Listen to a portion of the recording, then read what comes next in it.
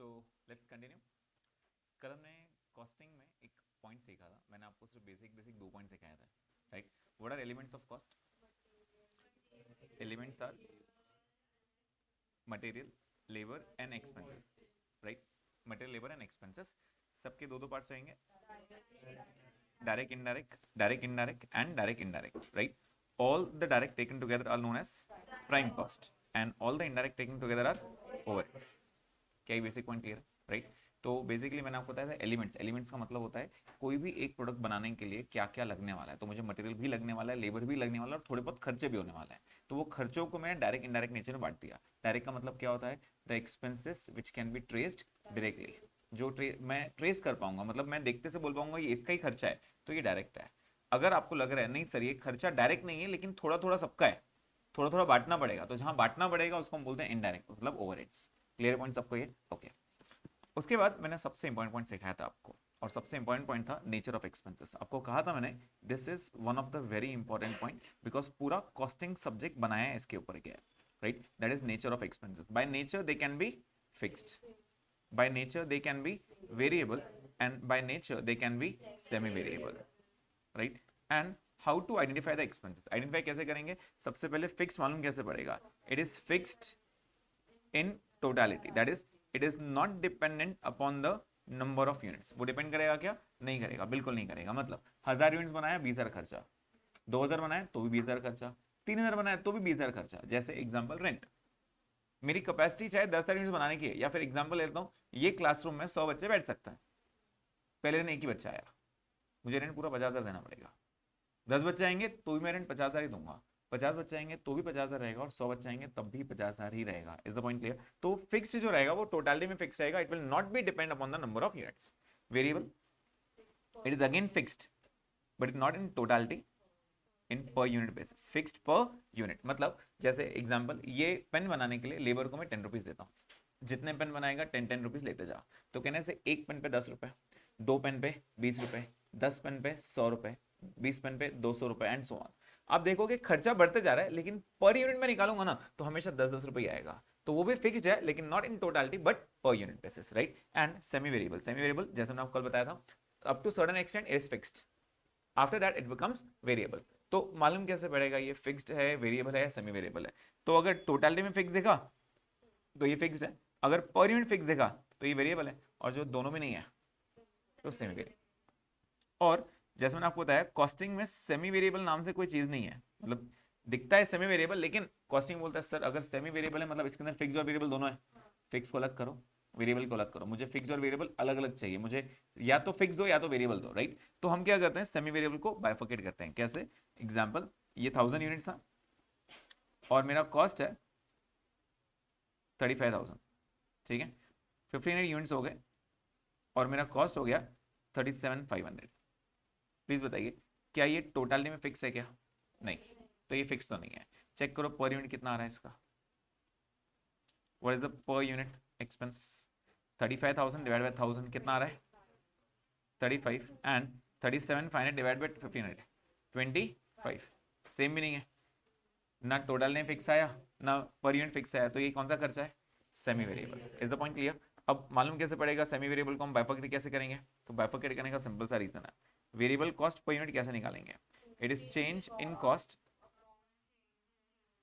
Upon change in units, upon change in units. तो cost में change कितना हो रहा है चेक करो, 2500, और यूनिट्स में चेंज कितना हो रहा है? 500। That means 5 per unit is variable, per unit 5 is variable, right. अब मालूम कैसे पड़ेगा फिक्स्ड है? तो किसी एक को बेस लेना, take any one as the base, let's say this is the base 1000 का, राइट। तो 1000 के लिए, 1000 यूनिट्स के लिए what was the total cost?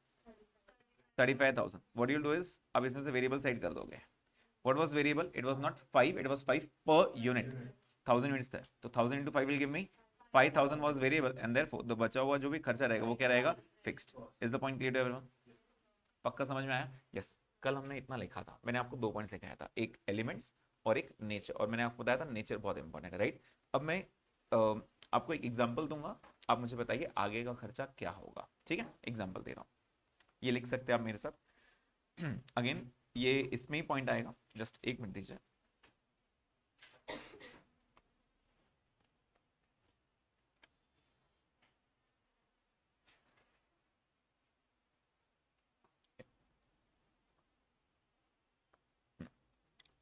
अगर मैं आपको बोलूं कि जो मेरा प्रेजेंट चल रहा है, प्रेजेंट मतलब present production and sales, it is of 6000 units, ठीक है, 6000 units, and my variable cost per unit will be let's say 8 per unit, and my fixed cost per unit is 3 per unit, ठीक है। ये जो present situation है वो मैं बता रहा हूं आपको, लेकिन नेक्स्ट ईयर क्या होने वाला है मैं आपको बता रहा हूं। नेक्स्ट ईयर मैंने आपको कहा मेरा वेरिएबल कॉस्ट इंक्रीज होने वाला है 10% से, और मेरा फिक्स कॉस्ट इंक्रीज होने वाला है 5% से, ठीक है। एंड नेक्स्ट ईयर मेरा प्लान है to produce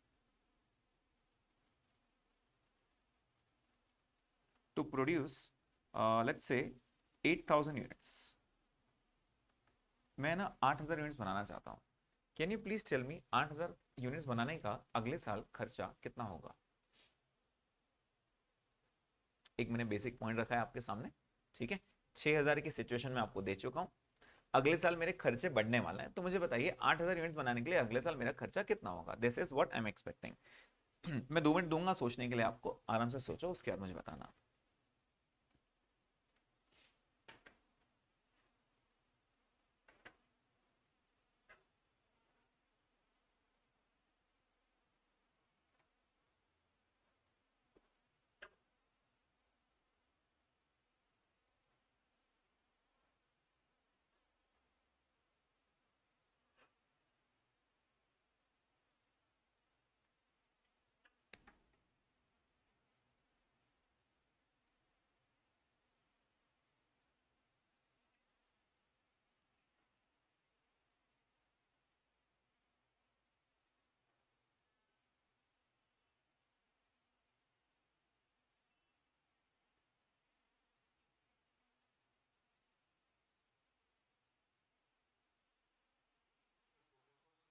Yeah, total. I want the total.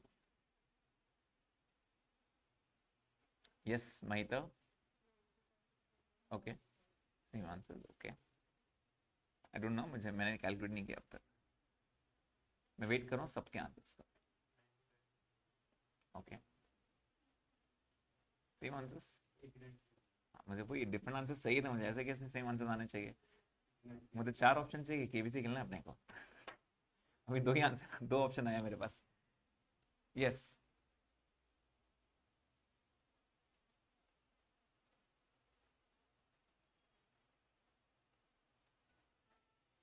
कुछ बच्चों ने आंसर दिया है, 2 आंसर्स मिले हैं मुझे, और भी कुछ आंसर्स चाहिए। अच्छा, okay, yes, angel, okay, okay, okay fine. तो लेट्स सी, देखते हैं अभी। 3 आंसर्स तो मिले हैं मुझे, ठीक है। यस, मैं एक्सपेक्ट कर रहा था आंसर, ऑब्वियसली अगर फर्स्ट आंसर आप लोग दोगे तो फिर मैं, मुझे लगेगा नहीं ना मैंने कुछ पढ़ाया फिर। तो लेट्स सी, हम देखते हैं क्या है। सबसे पहले सबसे इंपॉर्टेंट पॉइंट क्या है? इंपॉर्टेंट पॉइंट इज, जो वेरिएबल कॉस्ट बदलता है वो हमेशा पर यूनिट बदलेगा, और जो फिक्स कॉस्ट रहेगा वो हमेशा टोटलिटी में बदलेगा। मतलब क्या, प्लीज ध्यान देना। ये एक पेन है, ये पेन का मैं लेबर को कितना दे रहा हूँ? 8 rupees per unit, example per unit दे रहा हूँ मैं उसको, ठीक है। 8 रुपीज पर यूनिट दिया मैंने उसको। अगले साल वो बोल रहा है सर 8 में नहीं आएगा, महंगाई बहुत बढ़ गई, मेरे को रेट बढ़ा के दो।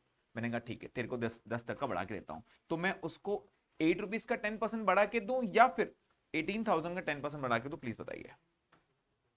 Sorry, 48,000, I am so sorry, 48,000 का प्लीज बताइए। 48,000 पे 10% बढ़ना चाहिए, या 8 रुपीज पे 10% बढ़ना चाहिए? 8 रुपीज बढ़ना चाहिए। रीजन बहुत सिंपल है, वो बोलेगा सर अगर मैं उसको सपोज बोल दूं हाँ ठीक है अभी तेरा 48,000 है, मैंने अभी एग्जाम यहाँ पे बताया what was your present cost, total cost कितना बताइए मुझे।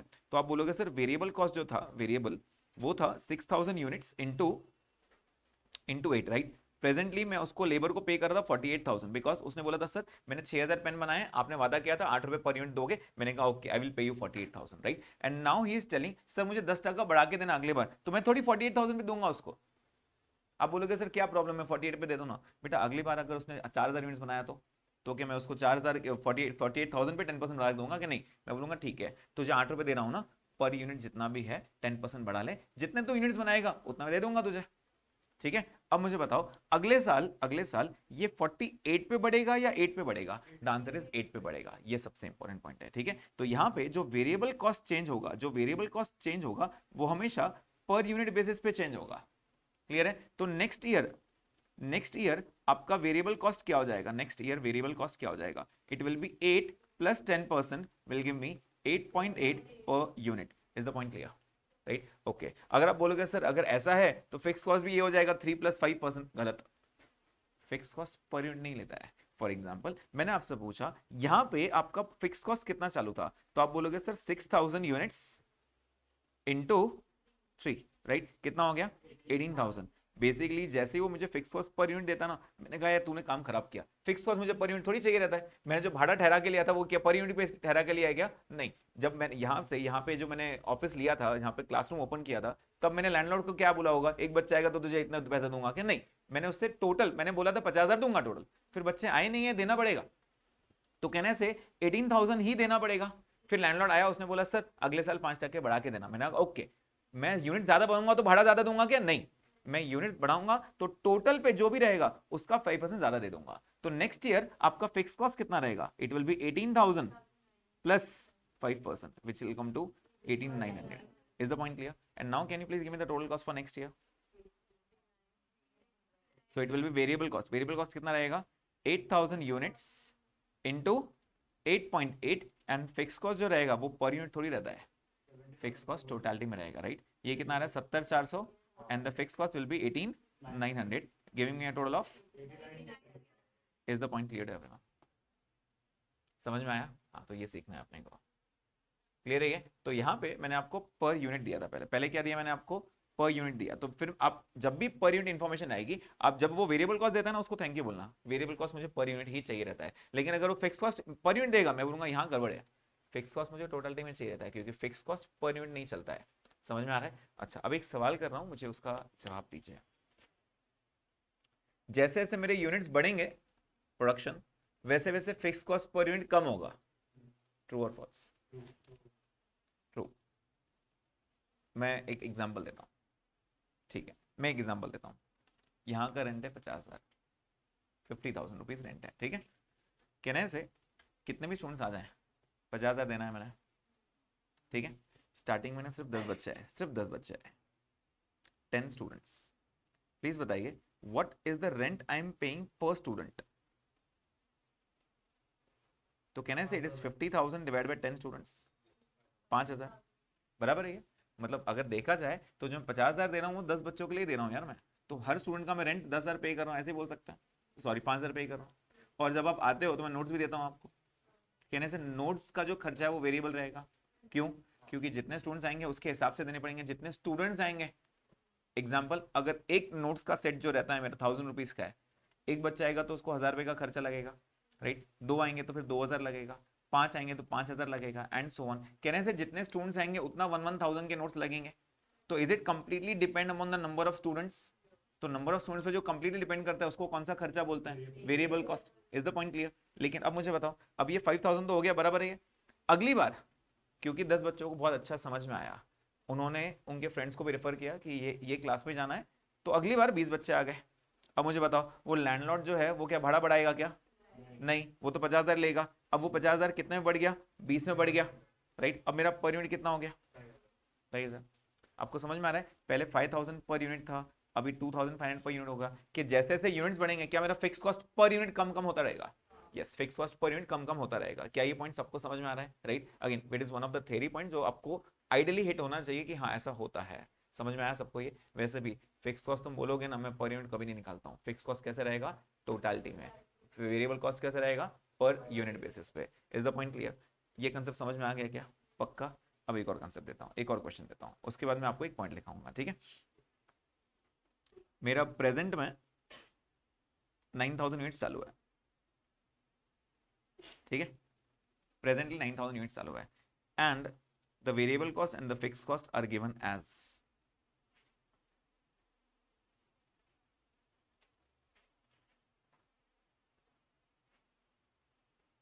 1,08,000 and 40,000. नेक्स्ट ईयर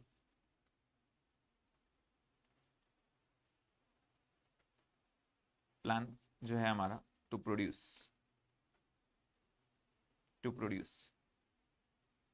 12,000 यूनिट्स, ठीक, 12,000. Variable cost will increase by 5% and fixed cost will increase by 10%. Yes, give me the answer. Online students आपने भी आंसर देना है.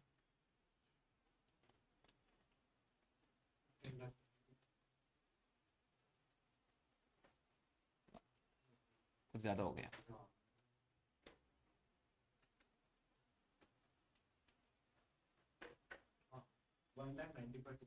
Okay,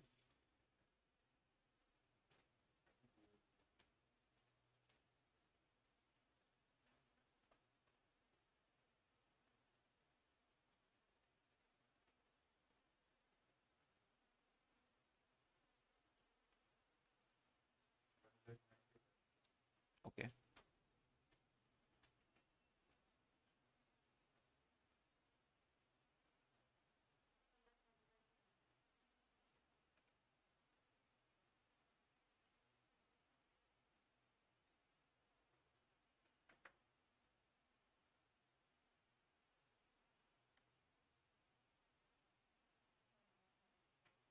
okay.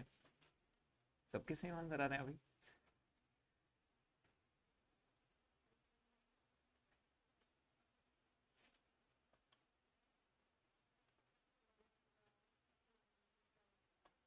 क्या बात है, सबने सेम आंसर दिया इस बार. ठीक है, मतलब जल्दी. ओके, सो जैसे उसने फिक्स कॉस्ट दिया, मैंने कहा थैंक यू, टोटल में चाहिए रहता है. जैसे उसने वेरिएबल कॉस्ट रुपीज में लिख के दे, मैंने कहा ये नहीं चाहिए यार, मेरे को यहाँ पर यूनिट चाहिए रहता है. ठीक है, तो यहाँ पे सबसे पहले अपन क्या निकालेंगे, वेरिएबल कॉस्ट पर यूनिट निकालेंगे. मैंने उसको बोला देख, तू फिक्स कॉस्ट टोटलिटी में दिया ना, ये बात मुझे एक्सेप्टेड है, लेकिन तू वेरिएबल कॉस्ट टोटल में देगा, ये नहीं एक्सेप्टेड है, मुझे पर यूनिट चाहिए. ठीक है, तो what is the per unit cost? 1,08,000 divide by 9,000 will give me 12 per unit, right. अब जो नेक्स्ट ईयर चेंज होगा, जो नेक्स्ट ईयर जो रेट्स रहेंगे आपके, प्लीज बताइए, वेरिएबल कॉस्ट जो रहेगा वो 1,08,000 पे बढ़ेगा या 12 पे बढ़ेगा? 12 पे. So it will be 12 plus 5% which will give me 12.6 per unit. और जो फिक्स कॉस्ट रहेगा वो पर यूनिट बढ़ेगा क्या? नहीं, वो टोटलिटी में बढ़ेगा. तो it is 40,000 plus 10% which will give me 44,000. Is the point clear? अब इसके बाद हमारा आंसर क्या रहेगा अगर टोटल कॉस्ट निकालना है आपको? तो what is the variable cost? It will be for 12,000 units, right? It will be for 12,000 units. तुम जितने यूनिट्स बनाओगे उतना उतना खर्चा बढ़ता जाएगा, लेकिन इस बार आपको कितने से पे करना है बेटा? 12.6 है. और जो फिक्स कॉस्ट रहेगा वो तो टोटल में ही रहेगा ना आपका. फिक्स कॉस्ट कितना आएगा? 44,000, और ये मल्टीप्लाई करके कितना आ रहा है? एंड आपका टोटल हो जाएगा 1,95,200. क्या ये पॉइंट सबको समझ में आ रहा है? अब वो कंसेप्ट समझ में आ गया कि जो वेरिएबल कॉस्ट रहता है वो हमेशा पर यूनिट चेंज होगा, और जो फिक्स कॉस्ट है वो हमेशा टोटलिटी में चेंज होगा. Is the point clear? मतलब अगर मैंने आपको वेरिएबल कॉस्ट पर यूनिट दिया, thank you. Fix cost per unit दिया, नहीं चलेगा, उसको मल्टीप्लाई करके टोटल में लेके आएंगे, राइट. इसका ऑपोजिट, अगर मैंने फिक्स कॉस्ट टोटल में दिया, okay thank you, variable cost total में दिया, मैंने कहा नहीं चलेगा, मुझे पर यूनिट चाहिए. क्या ये पॉइंट समझ में आ रहा है? तो वेरिएबल कॉस्ट हमेशा आप पर यूनिट पे लेके जाओगे, और फिक्स कॉस्ट को हमेशा आप टोटलिटी में लेके जाओगे, क्योंकि जब वो चेंज होता है तो वो इसी तरह चेंज होता है. क्या ये पॉइंट सबको समझ में आ रहा है? राइट. तो वो पॉइंट लिख के रखेंगे हम अभी. पॉइंट ऐसा है कि वेरिएबल कॉस्ट चेंजेस ऑन पर यूनिट बेसिस,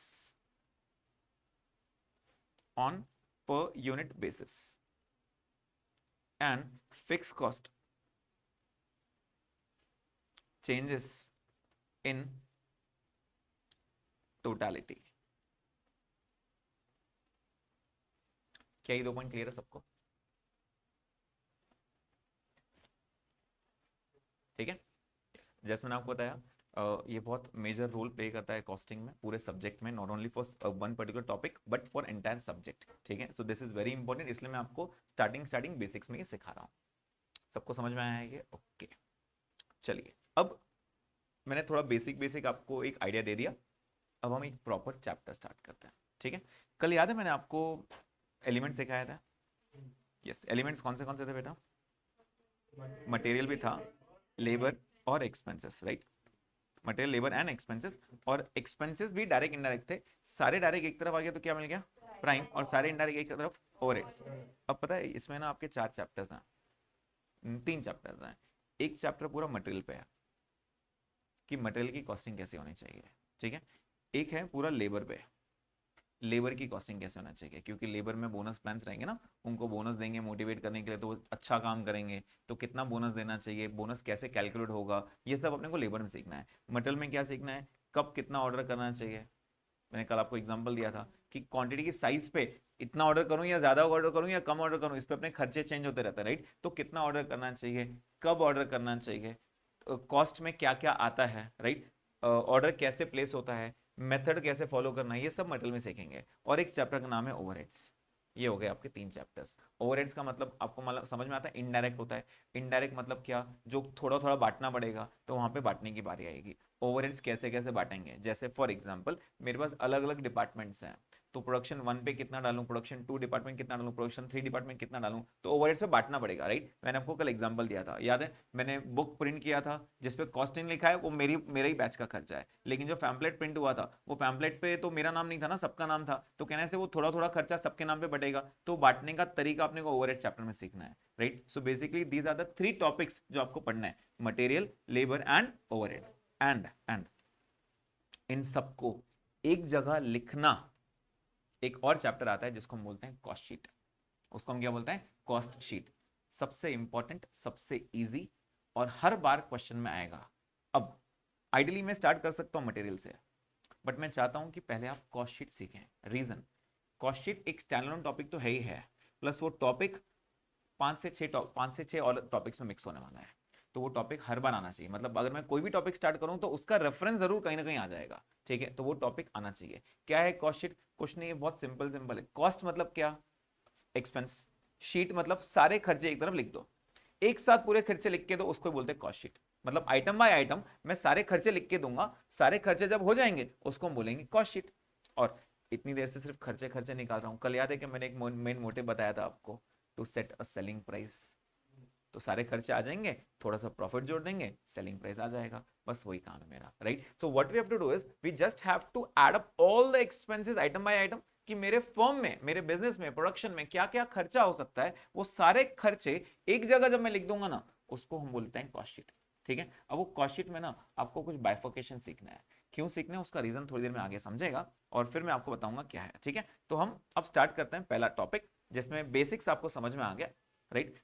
बेसिक्स में बेटा बहुत सारा थ्योरी भी रहता है, cost units, cost centres, management accounting, costing के डेफिनेशंस, राइट। ये धीरे धीरे हम आगे जरूर सीखेंगे, इसका रेफरेंस मैं धीरे धीरे लेते रहूंगा। See, if I start with theory directly ना, डायरेक्टली थ्योरी, तो आपको लगेगा सर कॉस्टिंग भी थ्योरी, फिर मजा क्या, प्रैक्टिकल्स होके कुछ सोचना पड़ेगा, राइट। तो कॉस्टिंग के प्रैक्टिकल पार्ट के साथ अपन थोड़ा थोड़ा थ्योरी थ्योरी पढ़ते जाएंगे, ठीक है। तो जितना जरूरी था उतना मैंने आपको सिखाया पहले। अब हम स्टार्ट करते हैं एक प्रॉपर टॉपिक के, और वो प्रॉपर टॉपिक है कॉस्ट शीट, ठीक है। One of the very easy yet very important, yet very important. Important क्यों है मैं आपको बता दूं। आपको पेपर पैटर्न पता है ना आपका? अभी नहीं पता है, ओके। वैसे मैं आपको बता दूं, अब इंस्टीट्यूट ने सबका पेपर एकदम सेम कर दिया है। सेम कैसे है मैं बताऊं, सबका सेम है। तो पैटर्न ऐसा कुछ रहता है कि क्वेश्चन नंबर 1 जो रहता है वो कंपलसरी होता है, और वो रहता है एमसीक्यू 30 मार्क के, चाहे वो अकाउंट्स हो, चाहे वो कॉस्टिंग हो, चाहे वो कोई भी सब्जेक्ट हो। 30 मार्क एमसीक्यूज। 30 मार्क एमसीक्यूज में वो क्या करेंगे, आपको 2 केस स्टडी देंगे,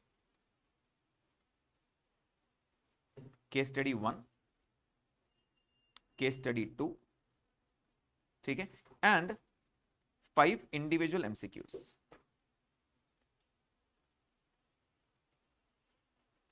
ऑफ 2 मार्क्स ईच। तो होगा क्या, इसमें आपके 5 एमसीक्यू रहेंगे, इसमें भी आपके 5 एमसीक्यू रहेंगे, ठीक है, और इंडिविजुअल 5 एमसीक्यू। तो केस स्टडी क्या होता है पता है क्या? केस स्टडी का एग्जैक्ट मतलब क्या होगा, जो हम बुक में क्वेश्चंस करेंगे ना, उसी क्वेश्चन को एमसीक्यू में कन्वर्ट कर देंगे। फॉर एग्जाम्पल अब मैं आपको जब कॉस्ट शीट सिखाऊंगा तो मैं आपको बताऊंगा इसके क्वेश्चंस कैसे वो एमसीक्यू में कन्वर्ट करते हैं। So there are very high chances of you getting a question on cost sheet in case study, ठीक है। वो अलग अलग दे देंगे, पूरा एक क्वेश्चन दे देंगे और फिर एमसीक्यू में कन्वर्ट कर देंगे उसी क्वेश्चन को, ठीक है। This is the pattern. तो आपके 3 क्वेश्चन आते हैं और ये कंपलसरी होता है, इसमें कोई ऑप्शन नहीं है, ये करना ही पड़ेगा, ठीक है। इसके लिए ओएमआर शीट रहेगा आपको और आपको सिर्फ आंसर्स मार्क करना है। दैट मीन्स प्रेजेंटेशन मैटर नहीं करता है। हम तो ऑब्वियसली सीखेंगे क्योंकि जरूरत पता नहीं ना कि वही एमसीक्यू में आएगा, वो मेन मेन आंसर में आ गया तो आपको प्रेजेंटेशन करना पड़ेगा, तो विद प्रेजेंटेशन सीखेंगे हम, राइट। उसके बाद question number 2, question number 3, question number 4, question number 5 and question number 6, ठीक है। ये 6 रहेंगे आपके, 30 मार्क्स हो गए। और कितने मार्क्स बाकी हैं? 70, राइट। 70 मार्क्स बाकी है। हर क्वेश्चन 14 मार्क का है। 14, 14, 14, 14 एंड 14 एंड क्वेश्चन नंबर 7, 14। कितने क्वेश्चन हो गए टोटल? 6 में से आपको करना है 5, एनी 5 फ्रॉम द रेस्ट, ठीक है। एनी 5 फ्रॉम द रेस्ट, इसमें से कोई भी 5, आप कोई भी चूज कर सकते हो। ऑब्वियसली ये 14 मार्क का एक क्वेश्चन नहीं आएगा। They can ask you 10 and 4, 7 and 7, 8 and 6, या फिर एक पूरा 14 मार्क का डायरेक्ट क्वेश्चन ऐसे पूछ सकते हैं वो, right. So ideally they give 7 7, ideally this is the standard weightage, but ऐसा कोई रूल नहीं है। They can also give 4 4 and 6, they can also give every question, वो 3 मार्क के छोटे क्वेश्चन भी दे सकते हैं। Institute has all the right to give any, right. और ऐसा कोई पैटर्न फिक्स नहीं है कि क्वेश्चन नंबर 1 में यही क्वेश्चन आएगा, क्वेश्चन नंबर 2 में यही आएगा। और 12th बोर्ड नहीं है कि हमको पूरा पैटर्न फिक्स रहेगा, कोई पैटर्न फिक्स नहीं है। कोई भी चैप्टर से कोई भी क्वेश्चन कहीं भी आ सकता है, ठीक है। In fact they can mix 2 chapters also. और केस स्टडी का खास काम वही रहता है, खास करके अकाउंट्स में ऐसी केस स्टडी बनाते हैं ना जहाँ पे 3 4 4 एएस मिक्स हो जाए, ठीक है। तो ऑब्वियसली वो केस स्टडी वही कर पाएगा जिसको पूरा नॉलेज है। वो बोलते हैं ना कि सर ये वाला स्किप करेंगे चलेगा क्या, फाउंडेशन तक हो गया, अभी वो खत्म हो गया, अभी वो स्किप वाला पॉइंट हट गया, राइट। यहाँ पे पूरा करना पड़ता है क्योंकि आपको नहीं पता वो कौन सा चैप्टर मिक्स करके देंगे। So you have to get the conceptual rights, पूरे कंसेप्ट क्लियर हो जाएंगे, उसके बाद ही आप आगे कर पाओगे, ठीक है। तो केस स्टडी स्पेशली वही आता है, ठीक है। चलिए अब स्टार्ट करते हैं। पैटर्न समझ में आ गया? सब सब्जेक्ट का पैटर्न यही है। Every subject, maybe accounts, maybe costing, maybe law, anything, 30 mark MCQs हैं और उसके बाद आपको 6 में से 5 क्वेश्चन करने देंगे। Every question is 14 mark. Clear point सबको ये? Okay, let's start with the topic and the topic is cost sheet. अब जैसे मैंने आपको बताया, cost sheet is nothing but the breakup of cost. सारे खर्चे लिखने पड़ता है। अब वो खर्चे लिखने के पहले आपको सारे खर्चे पता होना चाहिए, खर्चे क्या क्या है, ठीक है। तो खर्चे होने से पहले मैं आपको पहले कुछ बताऊंगा। 3 टाइप के स्टॉक रहते हैं, 3 टाइप के खर्चे रहते हैं। खर्चे 3 टाइप के रहता है, स्टॉक भी 3 टाइप का रहता है। वो 6 के 6 अपने को लिखने पड़ता है। क्या है वो चीज है? तो एक है स्टॉक और एक है ओवरहेड्स। पहले अच्छे से एक बार समझ लीजिए क्या बोल रहा हूं मैं। स्टॉक मैंने आपको कहा 3 टाइप्स के रहता है। स्टॉक मतलब कहने से इन्वेंट्री, याद करो फाउंडेशन में इन्वेंट्री हुआ करता था। सर वो थोड़ा थोड़ा पार्ट हमने स्किप किया था, थोड़ा थोड़ा पार्ट याद है हमको, ऐसा है क्या कुछ? नहीं, अच्छे से याद है, गुड, अच्छी बात है। स्टॉक एनीवेज मैं उससे कोई रेलेवेंट नहीं है तो टेंशन मत लो अगर आप स्किप करके आए हो तो। ओके, स्टॉक 3 टाइप का रहता है। एक होता है रॉ मटेरियल, एक होता है WIP और एक होता है FG, finish good, right. For example if I am the manufacturer of a chair बनाता हूँ, वुडन में डील करता हूँ, राइट। तो जो प्लाई खरीदूंगा, जो खरीदूंगा मैं, वुड खरीदूंगा, that will be raw material for me. जब चेयर बन जाएगा तो फिनिश प्रोडक्ट बन जाएगा। और जब तक आधा अधूरा है, वो मैंने वुड कन्वर्ट करना शुरू किया लेकिन वो पूरा बना नहीं है, आधा अधूरा है, उसको हम क्या बोलेंगे? WIP, right. तो कहने से ये तीनों चीजें हैं आपके पास। ऑब्वियसली कोई भी बिजनेस में ये तीनों चीजें रहेगी, राइट। कुछ माल बना पड़ा रहेगा, कुछ आधा अधूरा बना है और कुछ अभी रॉ मटेरियल है जो जिसके लिए मैं नया माल अब बनाने वाला हूँ, राइट। अब मुझे बताओ इन तीनों चीजों में से क्या खरीदने वाले हो आप? ऑब्वियसली रॉ मटेरियल खरीदोगे, FG बेचोगे। इफ आई एम ऑब्वियसली मेरा मैन्युफैक्चरिंग का बिजनेस है और अगर मुझे ये लैपटॉप बेचना है सपोज, तो मैं स्क्रीन, इसका मदरबोर्ड, इसके चिप्स वगैरह ये सब खरीदूंगा। मैं थोड़ी लैपटॉप खरीदूंगा, राइट। मुझे लैपटॉप बेचना है तो laptop is a finish product for me. इसका जो स्क्रीन है, इसका जो कीबोर्ड है, इसका जो मदरबोर्ड है, ये सब मेरे लिए रॉ मटेरियल के काम करेगा। समझ में आ रहा है? तो हम जो चीजें खरीदेंगे that will be raw material, फिर उसको बनाएंगे हम, जब तक वो बन रहा है तब तक वो WIP स्टेज में रहेगा, जब पूरी तरह बन जाएगा उसको मैं फिनिश गुड बोल दूंगा। Is the point clear? अच्छा, ये होने के बाद ओवरहेड्स भी 3 टाइप के रहते हैं। एक रहता है फैक्ट्री, एक रहता है एडमिन, और एक रहता है सेलिंग एंड डिस्ट्रीब्यूशन। अब धीरे धीरे मैं इसमें और डिटेल बात करूंगा, बट नॉट एक ही बार में सब कुछ सिखा दूं ऐसा नहीं है, थोड़ी थोड़ी बात कर लेते हैं। सबसे पहले ओवरहेड्स का मतलब क्या होता है? ओवरहेड्स का मतलब होता है इनडायरेक्ट एक्सपेंसेस, बराबर। अब कुछ खर्चे आपके फैक्ट्री से रिलेट करेंगे, कुछ आपके एडमिन पर्पस, एडमिन का मतलब होता है ऑफिस, ठीक है, कुछ खर्चे आपके ऑफिस से रिलेट करेंगे, और कुछ खर्चे आपके बेचने से, सेलिंग एंड डिस्ट्रीब्यूशन के लिए, ठीक है, ऐसे खर्चे। तो हम सारे खर्चों को बांट देंगे। अब ऐसा है ना कि कुछ चीजें मैं बोलूंगा आपको खुद ही समझ में आएगी, सर इसका पार्ट है। Example, factory rent, factory overheads, okay, office rent, admin, sales department office depreciation, selling distribution, salary to the accountant, admin office संभाल रहा है वो, ठीक है, salary to supervisor, supervisor factory में वो एम्प्लॉइज को देख रहा है, याद है ना, एम्प्लॉइज को देखेगा तो वो फैक्ट्री है, समझ में आ रहा है? Okay. Commission to agent, ideally selling distribution, क्योंकि वो बेचेगा तो उसको कमीशन दूंगा, समझ में आ रहा है? ओके। एडवर्टीजमेंट, अगेन सेलिंग, बेचने के, तो आपको समझ में आ रहा है, मुझे कुछ बोलने की जरूरत नहीं पड़ेगी, बहुत सारे खर्चे आपको ऑलरेडी पता है, ठीक है। अब ये खर्चों पे और डिटेल बात करेंगे हम धीरे धीरे, फिलहाल आपको ये खर्चे पता है कि खर्चे किसमें किसमें आएंगे, ठीक है। अभी अपने को पहले है ना इसके फॉर्मेट पे ध्यान देना है। एक बार फॉर्मेट पूरा फ्रीज हो गया ना माइंड में, एकदम पूरा स्ट्रक्चर तैयार हो गया ना कि कौन सा पिक्चर कहां आता है, उसके बाद हम इसके और डिटेल खर्चे बात करेंगे, ठीक है। तो हम स्टार्ट कहां से करते हैं? आपको याद है कल मैंने प्राइम कॉस्ट बताया था, क्या रहता है prime? Direct material, direct expense, direct labour and direct expense, बस वही लिखना है मुझे, स्टार्ट वहीं से करना है, प्राइम कॉस्ट से, राइट। तो जब भी मेरा कॉस्ट शीट बनेगा, जब भी कॉस्ट शीट बनेगा, I will start with direct material. When I say material I am talking about raw material, right. तो अब प्लीज ध्यान देना मेरा ऑर्डर कैसे रहेगा। मैं एक यहां से पिक करूंगा, फिर ओवरहेड्स पे जाऊंगा, फिर वापस स्टॉक पे आऊंगा, फिर ओवरहेड्स पे जाऊंगा, फिर स्टॉक पे आऊंगा, फिर ओवरहेड्स पे जाऊंगा। ये मेरा चेन है। अगेन ऐसा कहीं लिखा नहीं है, लेकिन ऐसे याद रखने के लिए बहुत ईजी हो जाता है, एक एक करके लेते जाना, ठीक है। आई स्टार्ट विथ डायरेक्ट मटेरियल। अब ये डायरेक्ट मटेरियल कौन सा रहेगा? तो डायरेक्ट मटेरियल कंज्यूम्ड रहेगा, परचेज नहीं रहेगा, consumed. What do mean by consumed? Consumed कैसे निकालेंगे? बहुत सिंपल सा रूल है। कंज्यूम्ड का मतलब होता है opening add purchase less closing. ये एक सिंपल रूल बताया। एग्जांपल, कंजम्पशन मतलब क्या? यूज करना। ध्यान से सुनना मुझे बोल रहा हूं। मेरे पास ना 10 kg पहले से पड़ा हुआ था, 10 kg रॉ मटेरियल पहले से पड़ा था, मैंने 100 और परचेस किया, कितना हो गया? 110। अभी मैं बोल रहा हूँ अभी मेरे हाथ में सिर्फ 20 पड़ा है, मतलब बाकी का यूज कर लिया मैंने, तो कितना यूज कर लिया मैंने? 90। तो बस वही किया, ओपनिंग कितना था? 10, मैंने और 100 परचेस किया तो इट बिकेम 110। 20 अभी भी पड़ा है मेरे पास, इसका सीधा मतलब 90 मैंने क्या कर लिया? यूज कर लिया, कंज्यूम कर लिया। यूज करना मतलब क्या? कंज्यूम करना। तो खरीदना खर्चा नहीं होता है, यूज करना खर्चा होता है, समझ में आ रहा है? तो बेसिकली जो यूज किया that is the expense for you. Is the point clear to everyone? Okay. नहीं तो आप बोलोगे सर मैंने 10 लाख का माल परचेस किया और अभी तक बनाया सिर्फ 2 लाख का है, मैं तो नुकसान में चल रहा हूँ। नुकसान में नहीं भाई, 8 लाख का माल पड़ा है ना आपके पास, तो ये नहीं बोल सकते सर 10 लाख का खर्चा हो गया और 2 लाख का ही सेल हुआ, ऐसे नहीं बोल सकते, because you still have the raw material in hand. हाँ, आग लग गई उसको तो आप बोल सकते हो नुकसान हो गया, गायब हो गया माल, चोरी हो गया तो नुकसान हो सकता है, लेकिन अभी पड़ा है ना आपके पास, तो फिलहाल खर्चे के लिए जो आपने यूज किया है वो आपका एक्सपेंस होता है, ठीक है। अच्छा फिर से बताओ, मैंने प्राइम कॉस्ट में क्या क्या बताया था आपको? Direct material, labour and expenses, बस वही लिखना है।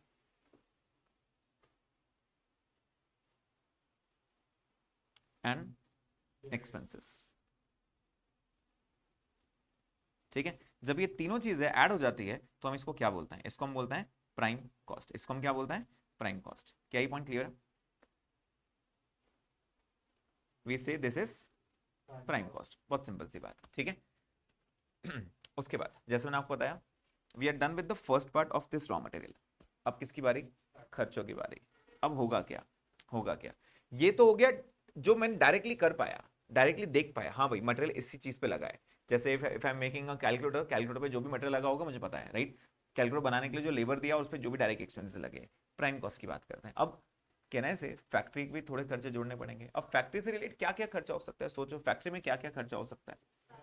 फैक्ट्री का लाइटिंग, फैक्ट्री का रेंट, राइट, लाइटिंग हो गया, सुपरवाइजर की सैलरी, मशीनरी का डेप्रिसिएशन, फैक्ट्री बिल्डिंग का डेप्रिसिएशन, ये भी तो खर्चे हो रहे हैं। यस, फैक्ट्री में रिपेयर्स वगैरह कुछ होता है, फ्यूल, पावर एंड फ्यूल रहता है, राइट। ये सब क्या है आपके लिए, ये फैक्ट्री के खर्चा है। समझ में आ रहा है। अगेन जैसे मैंने आपको बताया, मैं और डिटेल बात करूंगा एक एक खर्चों के बारे में, पहले अपन फॉर्मेट पे ध्यान देते हैं, ठीक है। तो हम क्या करेंगे, इसमें एक ऐड करेंगे। ऐड करके हमने क्या किया, इसको हमने बोल दिया फैक्ट्री ओवरहेड्स। क्या बोल दिया इसको हमने, फैक्ट्री ओवरहेड्स। अब फैक्ट्री में कहने से, फैक्ट्री में तो काम होता है, मतलब basically we are working in factory, तो इसको एक और नाम दिया गया है, इसको एक और नाम बोलते हैं वर्क्स ओवरहेड। क्या बोलते हैं, वर्क्स ओवरहेड। सो वी से it is a factory overhead और वर्क्स ओवरहेड। क्या ये पॉइंट क्लियर है।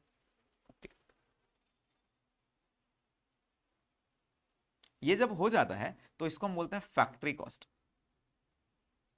इसको हम क्या बोलते हैं, फैक्ट्री कॉस्ट, या फिर इसी को हम बोलते हैं बेसिकली ग्रॉस फैक्ट्री कॉस्ट। क्या बोलते हैं इसको हम, gross factory cost. Factory cost को ही, जैसे मैंने फैक्ट्री को बोला वर्क है, वर्क, तो इसी को हम वर्क्स कॉस्ट भी बोलते हैं। तो don't get confuse with overheads and cost. Overheads मतलब उसका सिर्फ उतना खर्चा, और कॉस्ट मतलब अब तक का टोटल खर्चा, ठीक है। तो मैंने ऐड कर लिया, क्या यहां तक पॉइंट समझ में आ रहा है सबको, राइट, ओके। अब फैक्ट्री के खर्चे भी हो गए, अब बताओ क्या मैं एक एक करके पूरा आ गया, यहाँ पे भी आ गया, यहाँ पे भी आ गया, अब किसकी बारी, WIP की बारी, राइट। तो हम WIP को एडजस्ट करेंगे। एडजस्ट कैसे करेंगे, एडलेस करके। Add the opening WIP cost less the closing WIP cost. Again ये दिया रहेगा, हाँ भाई दिया रहेगा, कोई टेंशन लेना नहीं, डायरेक्ट रेडीमेड रहेगा। अगर नहीं दिया रहा तो जीरो है मेरे लिए। नहीं दिया रहा तो अपनी मर्जी नहीं चला सकते, सर मेरे हिसाब से 10% रहा होगा, 20%। दिया है तो हम ले लेंगे, नहीं दिया तो इसको डैश कर देंगे, ठीक है, ओके। उसके बाद ग्रॉस से हम आ जाते हैं नेट पे। ग्रॉस से हम किस पे आ जाते हैं, नेट पे। So it becomes net factory cost, और you can say works cost.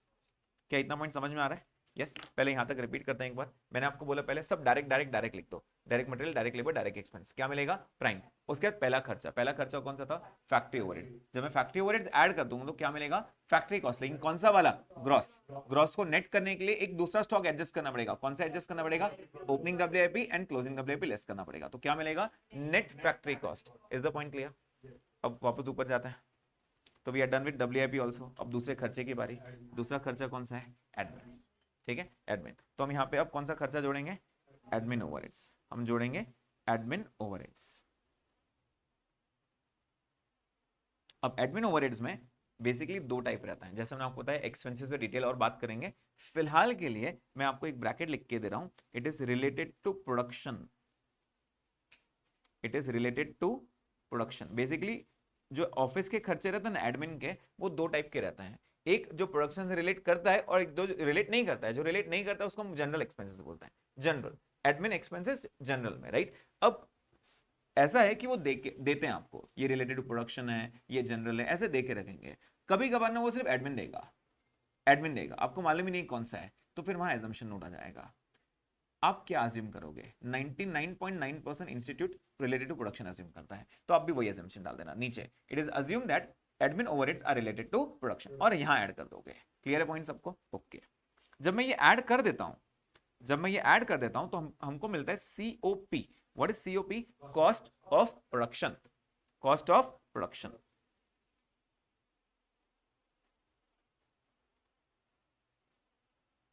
ठीक है, कॉस्ट ऑफ प्रोडक्शन। क्या यहां तक इतना पॉइंट समझ में आया, ये आधा ही हुआ है अभी, आधा बाकी है अभी, ठीक है। सबसे पहले यहां तक फिर से स्टडी कर लेते हैं, क्या क्या बताया मैंने, डायरेक्ट डायरेक्ट डायरेक्ट, क्या क्या डायरेक्ट था, direct material, direct labour, direct expenses, ठीक है। ये क्या आ जाएगा, प्राइम कॉस्ट। पहले प्राइम कॉस्ट तक तो एकदम इजी हो जाता है, राइट। उसके बाद पहला खर्चा कौन सा था, फैक्ट्री ओवरहेड्स। मैंने से खर्चा ओवरहेड्स की बात कर रहा हूं, ठीक है, factory overheads. Factory overheads add करने के बाद क्या मिल जाता है, फैक्ट्री कॉस्ट, लेकिन कौन सा वाला, gross, gross factory cost. Gross को नेट कैसे करेंगे, add opening WIP less closing WIP, क्या मिलेगा, नेट फैक्ट्री कॉस्ट, राइट। अब दूसरा खर्चा कौन सा था, एडमिन ओवरहेड्स। एडमिन में 2 रहता है, अपन उसकी बात कर रहे हैं अभी, which is related to production, production से रिलेट कर रहा है, राइट? तो प्रोडक्शन से रिलेट करेगा, जब वो ऐड करेंगे तो क्या मिलेगा? COP. What is COP? Cost of production, right? Exam में सीओपी लिखना अलाउड नहीं है, you have to write cost of production, please ध्यान देना। हम ओरली बात करते रहेंगे तो आप सीओपी कितनी बार भी बोल दो, एग्जाम में please COP cost of production पूरा लिखना, सीओपी नहीं लिखना, ठीक है? हाँ, अगर केस स्टडी आ गया तो आपकी किस्मत, फिर तो प्रेजेंटेशन है ही नहीं, फिर उससे प्लस प्लस प्लस करते जाओ, ठीक है? यहाँ तक समझ में आया क्या? चलो अब किसकी बारी? ये भी हो गया, ये भी हो गया, अब किसकी बारी? एफजे की बारी, राइट? और पूरा गेम यहाँ चेंज होगा, पूरा गेम यहीं पे, राइट? सो बेसिकली यहाँ से आपका एग्जैक्ट स्टोरी स्टार्ट होता है, क्योंकि यहाँ से बाद ही आपको समझेगा क्या करना पड़ता है। जस्ट एक मिनट दीजिए मुझे, इसको दूसरे पेज पे ले लेते हैं।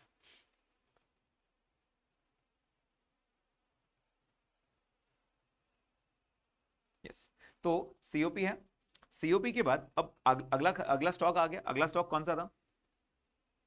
एफजी। तो add opening FG and less closing FG. और अब ध्यान देना, पूरा गेम जो अपना रहेगा वो ये क्लोजिंग एफजी पे रहेगा। This is the star mark point, this is the star mark point. आपको जो फोकस करना है वो क्लोजिंग एफजी पे करना है।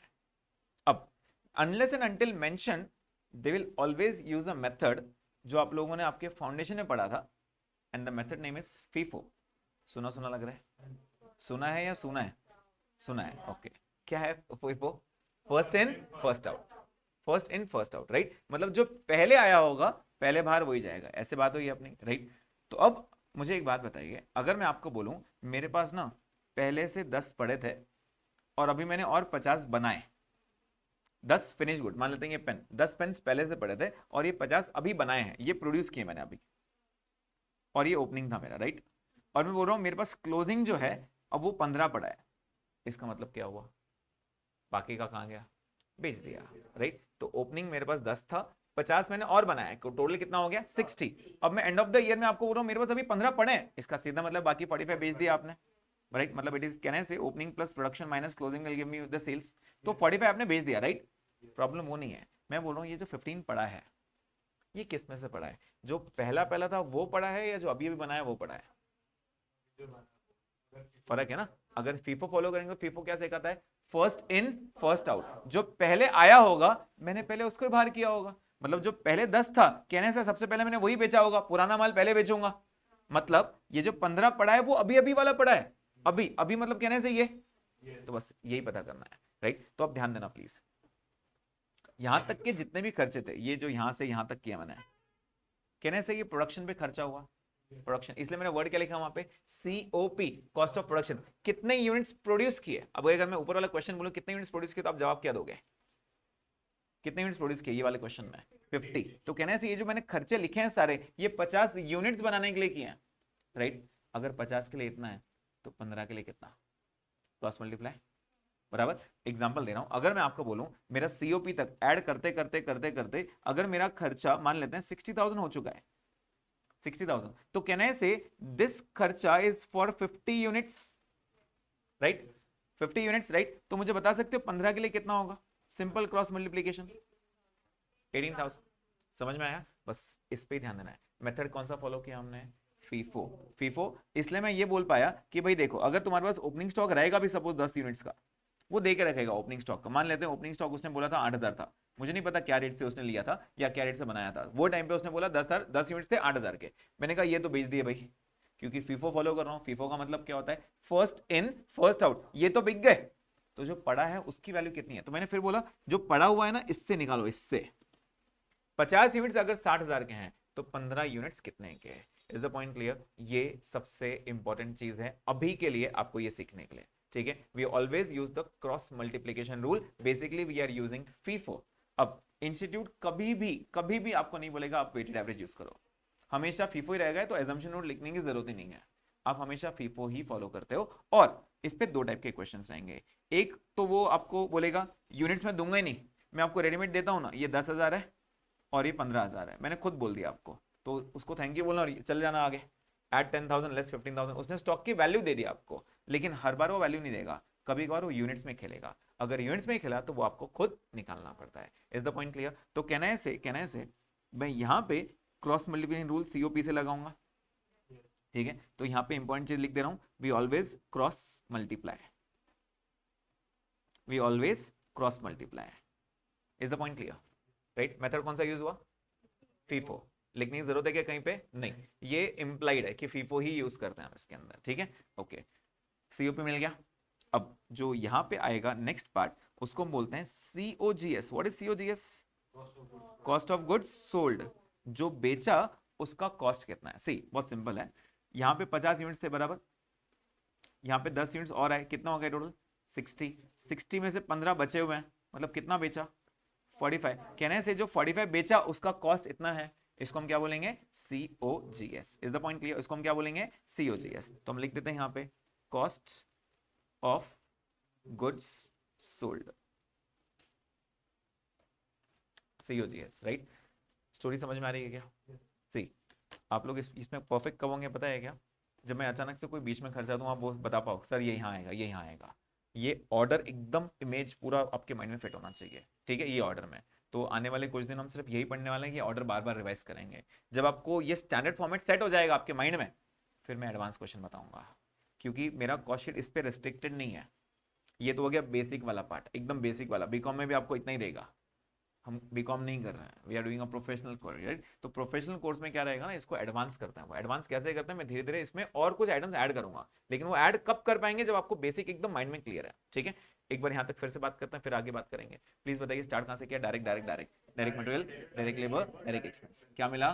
प्राइम कॉस्ट, पहला खर्चा, factory overheads. Right. Factory expense से ऐड किया तो क्या मिलेगा? Gross factory cost. अब दूसरा stock, add opening WIP less closing WIP. Right. क्या मिलेगा? Net factory cost. अब दूसरा खर्चा, admin overheads. Admin overheads add करेंगे तो क्या मिलेगा? COP. What is COP?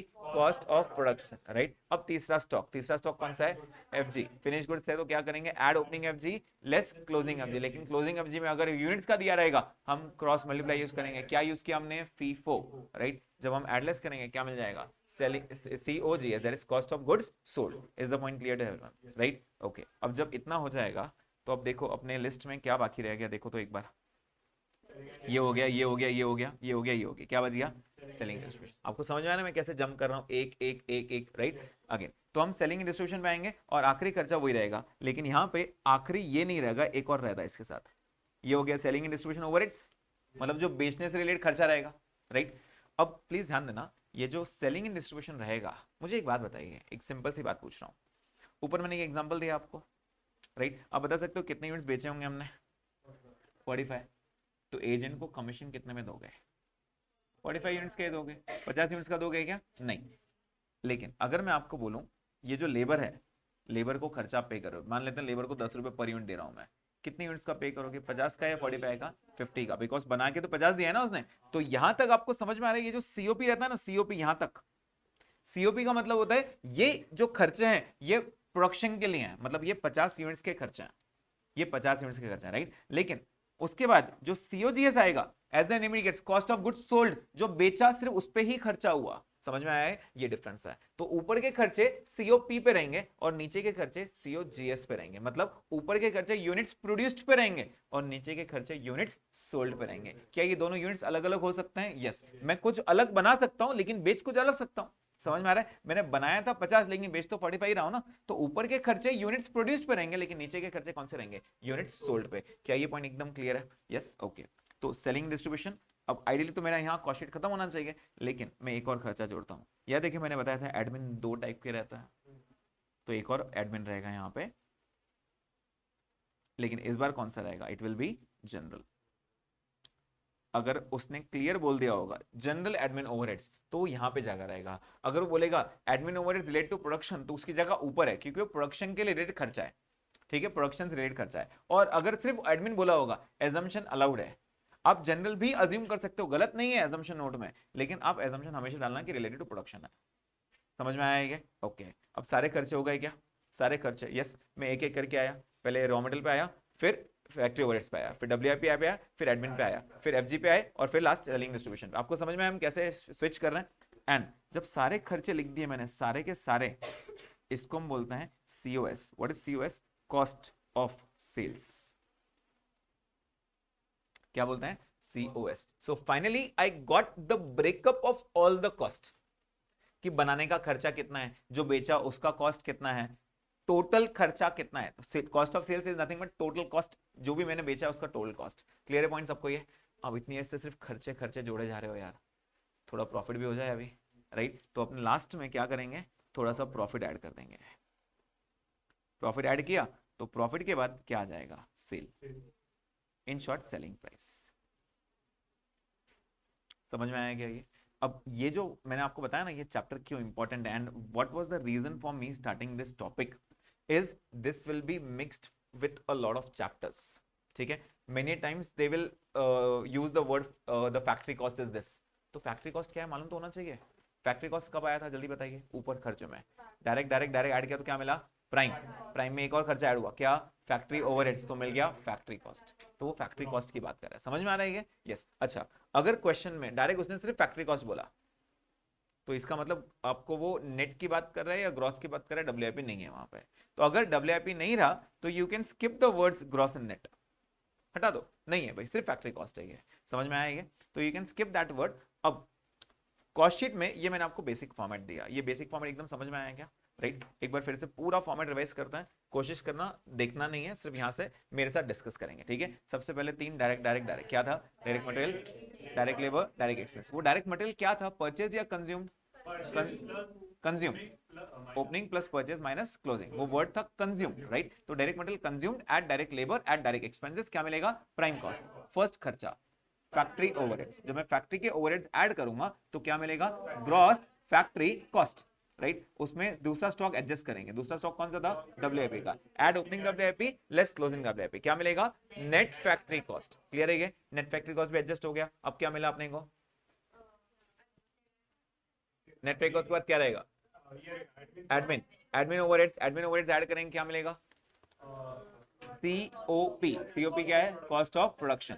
ये जो एडमिन ऐड किया वो कौन सा था, related to production, related to production, general वाला नहीं था, राइट? नहीं दिया रहा तो एजम्पशन डाल देना, it is related to production, ठीक है? ये ऐड हो गया, सीओपी मिल गया। अब आखिरी स्टॉक, आखिरी स्टॉक कौन सा था, FG, add opening FG less closing FG. यहाँ पे हम फॉर्मूला यूज, मेथड यूज कर रहे हैं, फीफो, फीफो यूज कर रहे हैं। स्टॉक डायरेक्टली दिया तो डायरेक्ट ले लेना, नहीं तो क्रॉस मल्टीप्लाई करके आंसर लेना। समझ में आया? ओके, क्रॉस मल्टीप्लाई का लॉजिक मैंने आपको समझाया, समझ में आया क्या सबको? ओके। अब क्या मिला, COGS, COGS cost of goods sold, आखिरी खर्चा, selling and distribution, right? Selling distribution, एक और खर्चा मैंने ऐड करने बोला आपको, एडमिन जनरल वाले, राइट? जब वो ऐड कर देंगे तो हमको क्या मिलेगा, COS. What is COS, cost of sales. And finally हम थोड़ा प्रॉफिट ऐड कर देंगे तो हमको क्या मिलेगा, sales, that is selling price, sales या selling price. Is the point clear to everyone? क्या ये बेसिक बेसिक कॉस्ट शीट समझ में आया क्या, पक्का? ओके, नाउ आई होप सबको वो परसेंटेज प्रॉफिट निकालना आता होगा, निकालना आता है?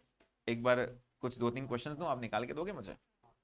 वो ऑन कॉस्ट ऑन सेल्स वाला कंसेप्ट आता है क्या? अच्छा, देखते हैं अभी। अगर मैं आपको बोलूं, अगर मैं आपको बोलूं मेरा कॉस्ट है लेट्स से 10,000 रुपीज, ठीक है? And my profit, profit is 20% on cost. Can you please give me what is the profit? 2,000, simple. कैसे, ये भी कॉस्ट है, ये भी कॉस्ट है, तो can I use the percentage directly? Yes, क्योंकि द बेस इज सेम ना, तो आप डायरेक्टली प्रॉफिट ऐड कर दोगे इसमें। तो प्लीज बताइए, कॉस्ट में प्रॉफिट ऐड हुआ 20%, तो कितना प्रॉफिट हो गया, 2,000। और ये 2,000 जब मैं ऐड कर दूंगा तो आपको सेल कितना मिलेगा, 12,000।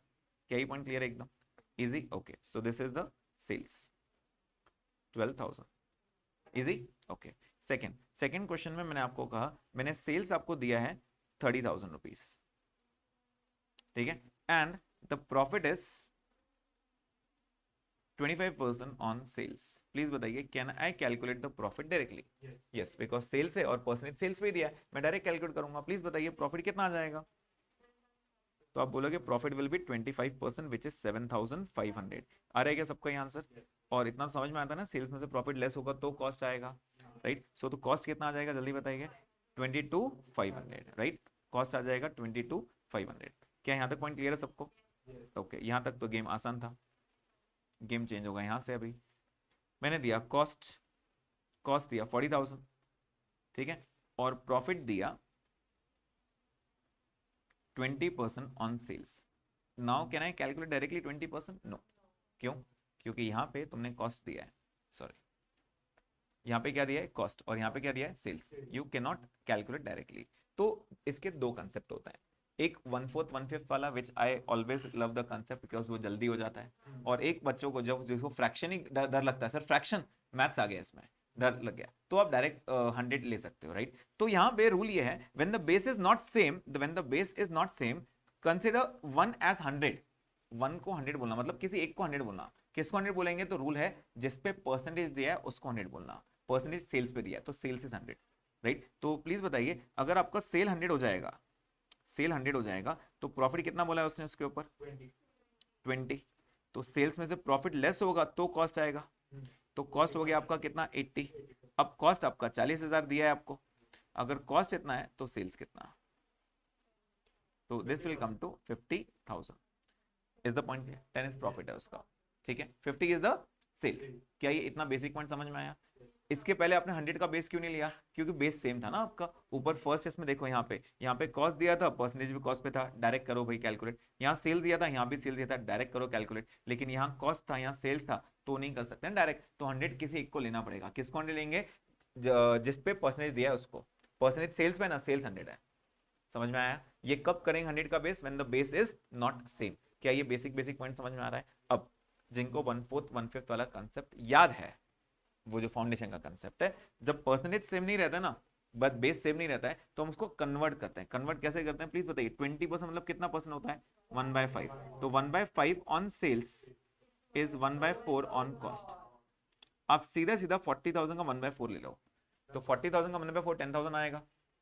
तो 40 plus 10 will give you sales 50,000। आया वही answer? Yes, you are still getting the same answer. क्या ये लॉजिक क्लियर है सबको? यस। तो आप ये वाला रूल हमेशा ऑब्वियसली यूज कर सकते हो, कोई भी सब्जेक्ट में यूज कर सकते हो। और अगर डर लगता है तो सिंपल सा लॉजिक तो मैंने आपको बता ही दिया है, किसको 100 लेना, राइट। अच्छा, एक और क्वेश्चन करेंगे इसके ऊपर।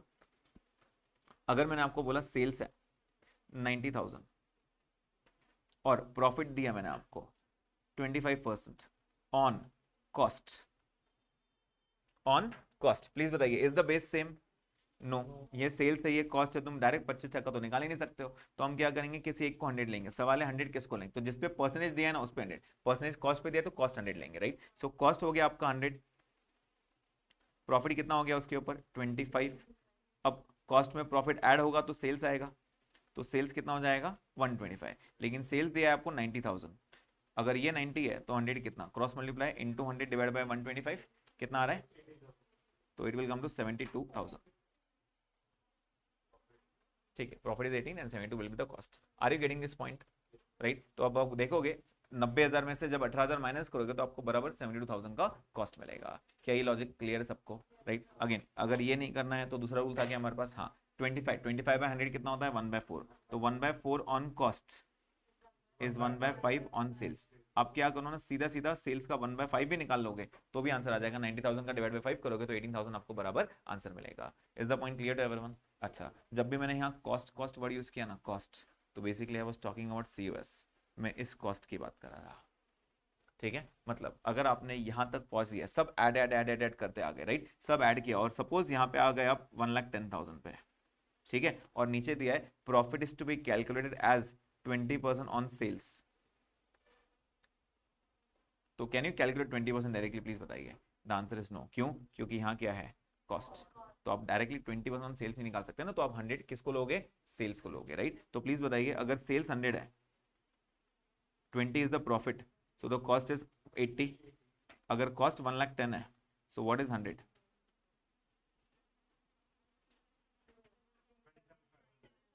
तो इट इज 137,500। तो प्रॉफिट आएगा आपका कितना? 27,500। You can always cross check कैसे करेंगे? तुम्हारा जितना सेल था उसका 20% प्रॉफिट बोला था ना तुमने, तो चेक कर लो 137,500 अपने कैलकुलेटर पे ले लो, उसका 20% आ रहा है क्या? चेक कर लो प्रॉफिट। अरे समझ में? Now this is one of the very common adjustment जो आपको कॉस्ट शीट में आएगा, not only in cost sheet but for entire costing, वो on cost on sales, right. तो अगर नहीं आता है, थोड़ी सी प्रैक्टिस कर लो आपके फाउंडेशन बुक से भी ऑन कॉस्ट ऑन सेल्स की। समझ में आया? ये हमेशा, ये पीछा नहीं छोड़ेगा ऑन कॉस्ट ऑन सेल्स, ये हमेशा रहेगा, फाइनल्स तक भी रहेगा, ठीक है। ऑन कॉस्ट ऑन सेल्स का कंसेप्ट, क्या ये लॉजिक सबको क्लियर है क्या? पक्का? बेसिक कॉस्ट शीट एकदम फॉर्मेट समझ में आ गया क्या? एंड करने से पहले एक बार कॉस्ट शीट पूरा रिवाइज करेंगे, ठीक है। स्टार्ट करते हैं। रैंडम पूछोगे, रैंडम पूछोगे? नहीं, कल पूछो। ठीक है, स्टार्ट करते हैं। Direct material, direct labour, direct expense, क्या मिलेगा? प्राइम कॉस्ट, पहला खर्चा। पहला खर्चा कौन सा है? Factory overheads. फैक्ट्री ओवरहेड्स क्या मिलेगा? Gross factory cost. अब दूसरा स्टॉक, दूसरा स्टॉक कौन सा था? डब्ल्यूआईपी। तो add opening WIP less closing WIP, क्या मिलेगा? Net factory cost, right. अब दूसरा खर्चा, दूसरा खर्चा कौन सा है? एडमिन ओवरहेड्स, लेकिन कौन सा वाला? रिलेटेड टू प्रोडक्शन, क्या मिलेगा? COP. What is COP? Cost of production, right. अब तीसरा स्टॉक, तीसरा स्टॉक क्या है? Finished good. तो add opening FG less closing FG, क्या मिलेगा? COGS, that is cost of goods sold, right. अब आखिरी खर्चा, आखिरी खर्चा कौन सा है? Selling and distribution. तो सेलिंग एंड डिस्ट्रीब्यूशन का एक और खर्चा मैंने बोला था, एडमिन ओवरहेड जनरल वाले, ठीक है। क्या मिलेगा? COS। What is COS? Cost of sales. एंड कॉस्ट ऑफ सेल्स में लास्ट में आप प्रॉफिट ऐड करोगे तो आपको सेल्स मिल जाएगा। क्या ये बेसिक बेसिक पॉइंट एकदम समझ में आ गया? पक्का? आज का एक छोटा सा होमवर्क रहेगा आपका। होमवर्क ये रहेगा कि आप सिर्फ एक कॉस्ट एक बार बिना देखे लिख के रखो, एक बार बिना देखे खुद से कोशिश करो आप लिख पा रहे हो क्या, ठीक है। ये नहीं करना थोड़ा यहाँ पढ़ो फिर वापस लिखो, ये नहीं करना। अच्छे से 2-3 बार रीड कर लो और एक बार खुद से लिखने की कोशिश करो। कल इसमें हम क्वेश्चंस करेंगे, ठीक है। चलिए स्टॉप करते हैं यहाँ पे।